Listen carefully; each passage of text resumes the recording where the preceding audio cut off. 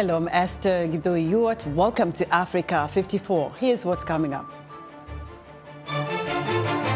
Striking Kenyan doctors demonstrate on the streets of Nairobi in their quest for better pay and working conditions.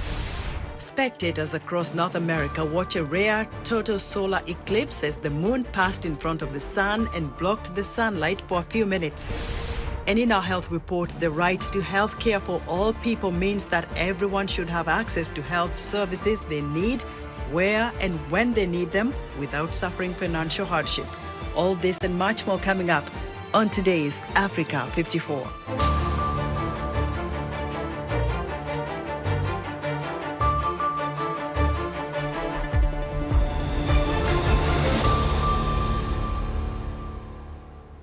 Hundreds of hospital doctors are continuing their strike Tuesday while joining a demonstration on the streets of Nairobi. 12 riot police in pickup trucks monitored the protest, which was not authorized by authorities. 7,000 members of the Kenya Medical Practitioners, Pharmacists and Dentists Union walked off their jobs on March 13th to demand better pay and working conditions. The strike is disrupting health care at 57 public hospitals.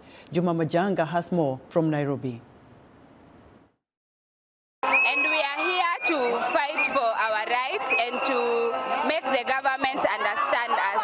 And our demands are very simple, that the nurse interns are posted timely, on time, and the nurse interns are remunerated according to the nursing scheme of service, which clearly states that a nurse intern is in job group K, and a nurse intern is not a student. A nurse intern, a nurse officer intern, is a nurse who has qualified, satisfied the board of exams, taken the oath of nursing, is just awaiting for internship in order to be licensed so as to practice.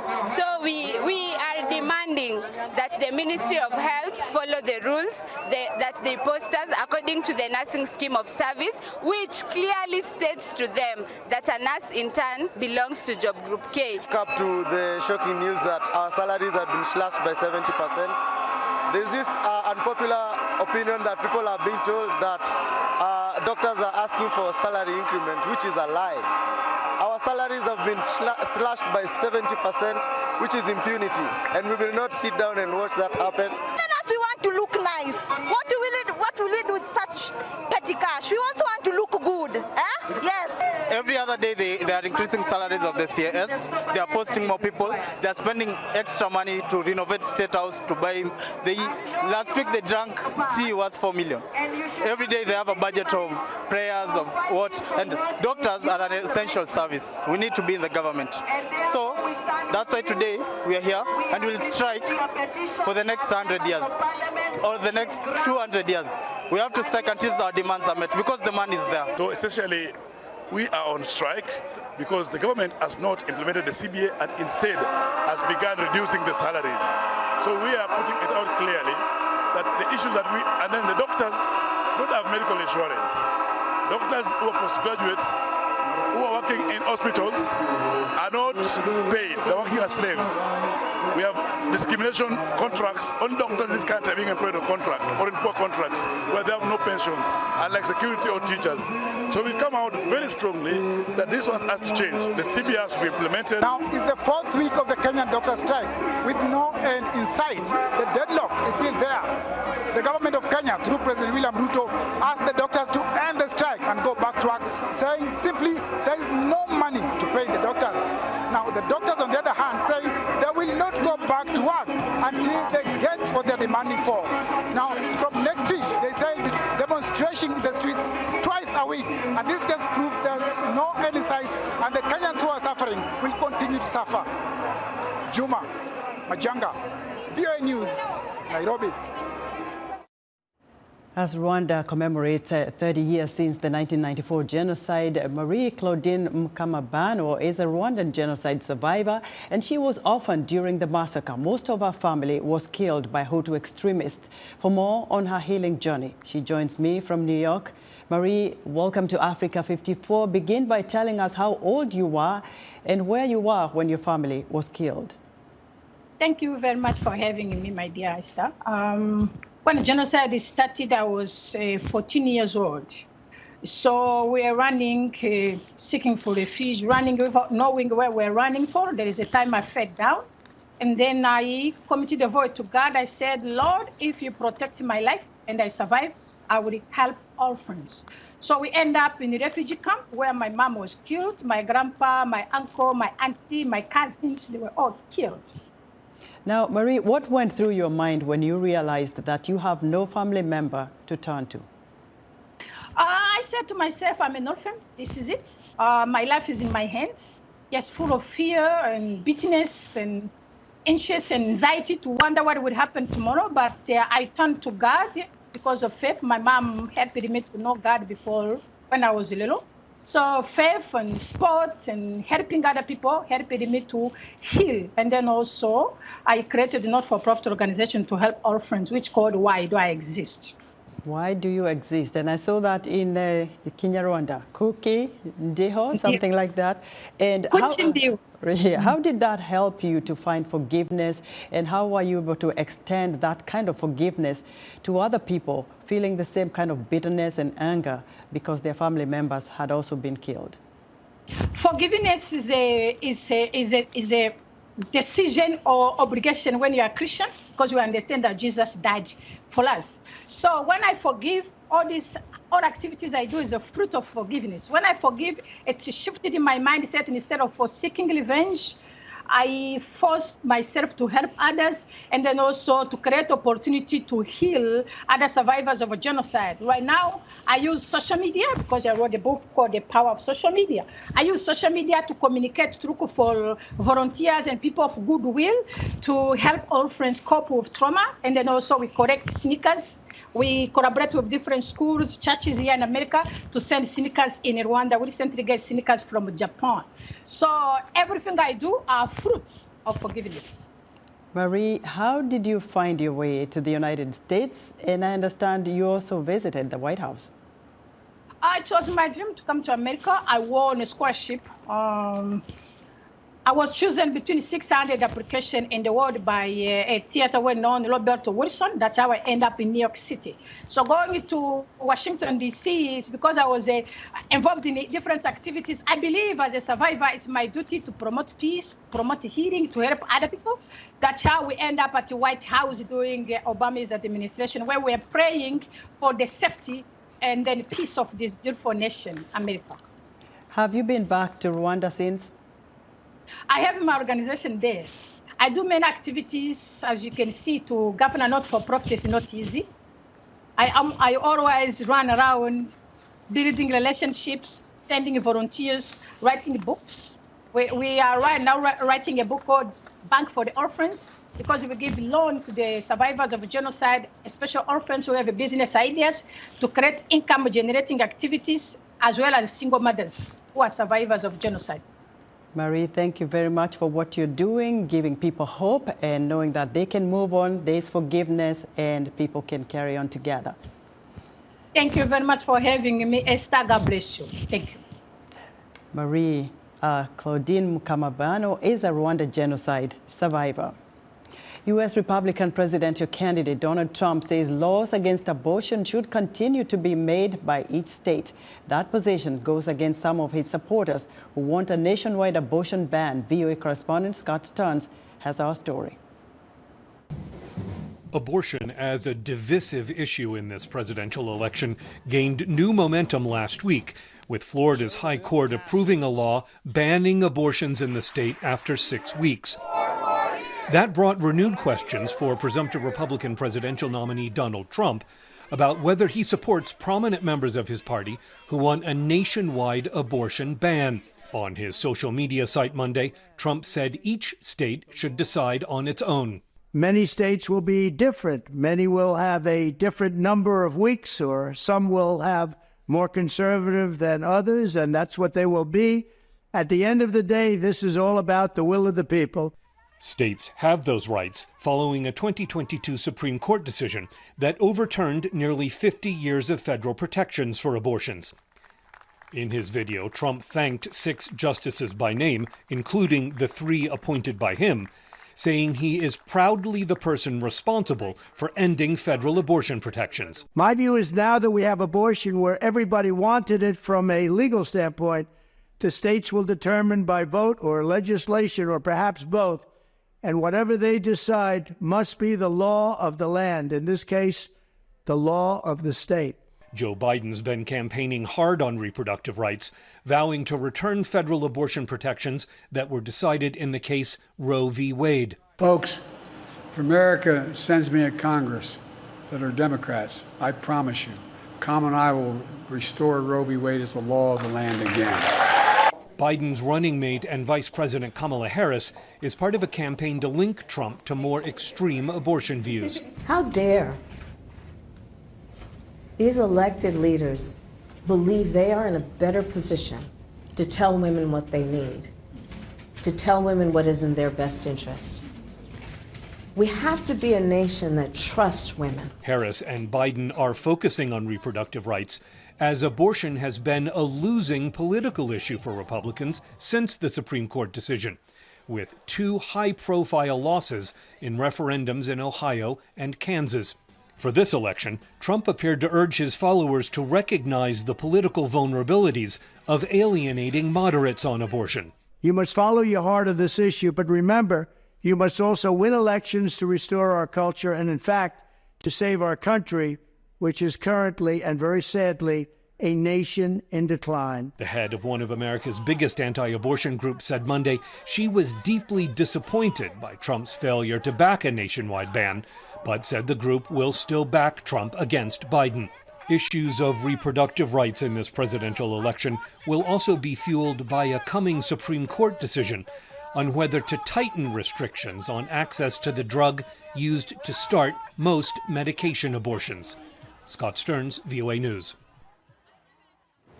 The U.S. Congress is facing numerous challenges. Among them are a funding crisis for the collapsed Francis Scott Key Bridge in Baltimore, Maryland, undecided support for the war in Ukraine, and a growing opposition to U.S. weapons transfers to Israel amid the Gaza conflict. For more, VOA's Paul Ndiho joins me from Capitol Hill. Paul, there is increasing opposition to Israel, driven in part by the ongoing conflict in Gaza. How are lawmakers addressing those concerns? Thank you, Esther. In international relations and public diplomacy, there is often a quote attributed to the former British Prime Minister called John Henry Temple, who once said there are no permanent enemies and no permanent friends, but rather permanent interests. In this context, it could not be further from the truth. You have a U.S. Congress that is looking at Israel. The optics don't look good. You have Democrats suffering in the polls, so they're trying to do everything humanly possible to turn that tide into their favor. So that's why former House Speaker Nancy Pelosi has joined 40 other Democrats in opposition to the continuing support of the Biden administration towards Israel.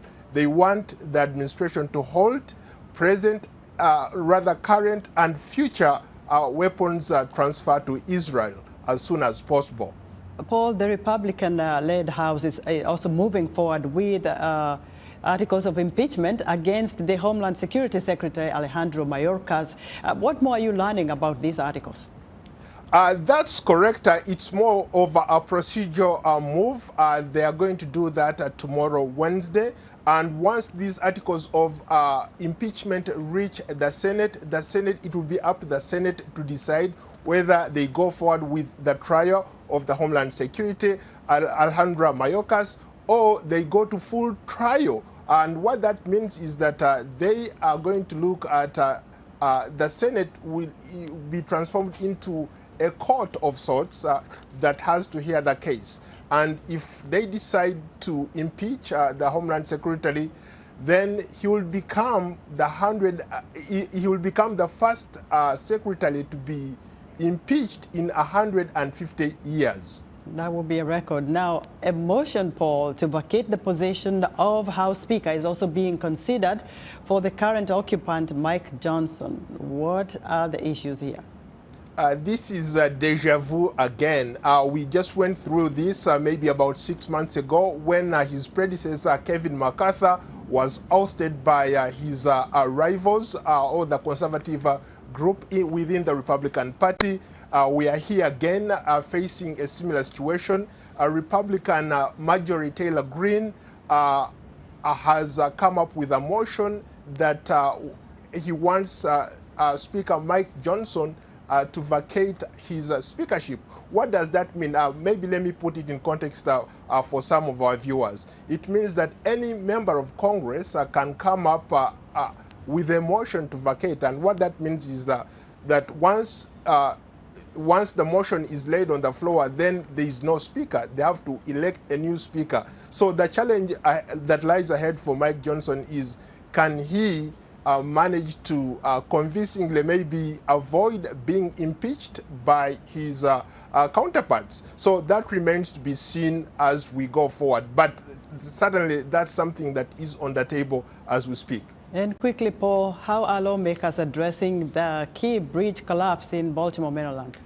That's another contentious issue. When President Joe Biden announced that the federal government was going to fund the repairs for the collapsed bridge in Baltimore, Maryland, he did not consult Congress, and Congress has to approve funds for that bridge. So there's also already Congress has been dealing with a lot of funding issues with regard to Ukraine, with regard to Israel. Now the issue of Baltimore, it's very, very contentious indeed, and we'll see how that plays out going forward. Paul, thank you very much for your reporting. VOA's Paul Diho reporting live for us from Capitol Hill. We would like to hear what you think about Africa 54 and all our VOA Africa programs on our website at voaafrica.com. Still to come, a total eclipse is seen across parts of North America. Stay with us. This week on Straight Talk Africa.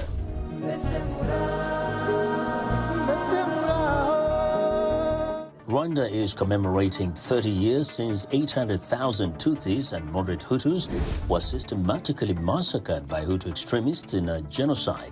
Join me, Vincent Makori, for an in-depth discussion on how genocide can be prevented on the next Straight Talk Africa.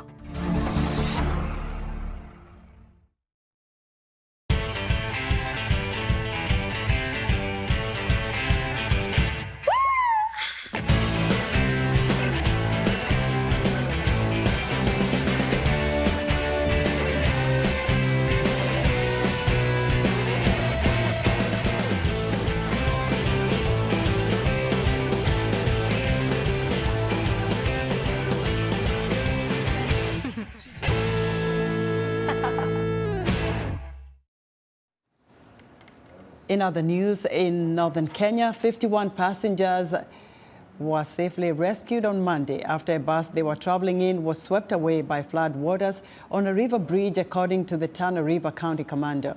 The incident happened just hours after Kenya's roads agency announced the closure of another section of the same road that was flooded due to heavy rains. Following up on a story we reported yesterday, Mozambique's President Filipe Nyusi now says over 100 people have died after a ferry boat sank off the northern coast, and almost 20 others are still missing. Mozambique's Maritime Transport Institute says the overloaded fishing boat was not licensed to carry people. 130 were aboard the unlicensed vessel. And the International Monetary Fund says that it has approved the latest round of financing for Ivory Coast, worth more than $570 million. The IMF announcement follows the successful completion of the second semi-annual review of Ivory Coast's economic reform program and the first review of its new climate change reform program. Millions of people in the United States, from Texas to Maine, looked to the sky to witness a rare total solar eclipse. VOA's Ken Farabaugh attended a viewing event hosted by NASA and Purdue University at the Indianapolis Motor Speedway. The decision to come to Indianapolis, Indiana's famous Motor Speedway to join the crowd of spectators witnessing a total solar eclipse came at the last minute for Enrique Catalan and his family. It was supposed to be a regular day of school for his children. We're skipping today, yes. They're approved by us. Catalan and his family drove 2 hours from northern Indiana to witness something that had left an impression on him as a teenager in Mexico during a partial eclipse. The experience, it was unique to me, so that's why we're here. Because I remember when I did happen when I was young, and now I want them to experience it as well. Well, they are going to experience the total eclipse. The racetrack was one of several locations where NASA and its partners hosted programming in the path of totality, the swath of the U.S. that can see the moon completely blocking the sun as the eclipse makes its way northeast. Charles and Kathy Maher from Chicago, Illinois, felt sharing the event with a massive crowd in Indianapolis was a unifying moment in a country politically polarized in a presidential election year. Nobody's going to be talking about what side the sun is on or the moon is on, or, you know. It's not red or blue. It's right. Exactly. Right. So, yeah, it is sort of a little break from everything that's going on. Today, millions of Americans will stand together, looking up at the sky in awe and wonder at this cosmic coincidence that makes our moon look like it's exactly the same size as the sun. NASA Deputy Administrator Pam Melroy says her agency's efforts to study this rare event weren't isolated to just a few locations across the country. We have a program where some people have been trained to use solar telescopes all around the country. Meng Chang is president of Indiana's Purdue University, which boasts a number of graduates who became NASA astronauts. He hopes the accessibility of the eclipse to a large number of young Americans might help inspire them to pursue careers in science. It's not just a watch party for 3 minutes. It is a lifelong educational journey, and today is a very meaningful, special stop along that journey. For those who missed witnessing the 2024 total solar eclipse, the next opportunities to see one firsthand in the United States won't occur until 2044 and 2045. Kane Fairbaugh, VOA News, Indianapolis, Indiana. It's time for Health Report, and joining us now is Africa 54 health correspondent Lino Mudu to examine the right to access health care. Hello, Lino. Hello, Esther. Hello, everyone. More than 4.5 billion people worldwide did not have access to health services in 2021, including 600 million in Africa, according to the World Health Organization. Health challenges such as non-communicable diseases, mental health disorders, and maternal mortality continue to claim lives disproportionately in marginalized communities. This year's World Health Day on April 7th emphasized the fundamental connection between health and human rights. For more insight, I spoke with Dr. Taiwo Oyelade, a medical officer with the WHO's Africa Regional Office. You know, around the world, the right to health of millions of people is increasingly coming under threat. We hear about conflicts, prolonged ones and acute ones, the effect of climate change, the effect of global warming, and all the impacts on health, on people. And also, we know that millions of vulnerable and disadvantaged people do not have access to good quality health care. So for this year's World Health Day, the theme, My Health, My Right, was chosen to champion the right of everyone, everywhere, to good quality health care. How does the WHO define the right to health, and what are its key components? The right to health is the right to a set of social arrangements, including institutions, services, systems, and enabling environments that help people to be healthy. So the right to health is not only limited to right to health care, it encompasses rights to underlying social determinants of health, including good housing, clean water, energy, security, education, and so on and so forth. Must be available in sufficient quantity, be accessible to everyone, financially, geographically, and others, and must be acceptable culturally to everyone. And it must be of good quality, safe and effective. In your view, what are the biggest barriers to achieving health equity in Africa? One is inability to have sufficient data that will allow us to know those who are actually left behind, where they live, what they do, and what can be done in order to bring them forward. That is one barrier. Two, the inability of people to be aware of their right to health is also a barrier, so they cannot demand for those rights in an effective manner. And then three, the lack of support from communities and civil societies to adequately help those who are vulnerable and disadvantaged to demand for their right to health. So how can individuals and communities get involved in advocating for their health rights? Individuals and communities can let people know that they have the right to health. It is not a luxury.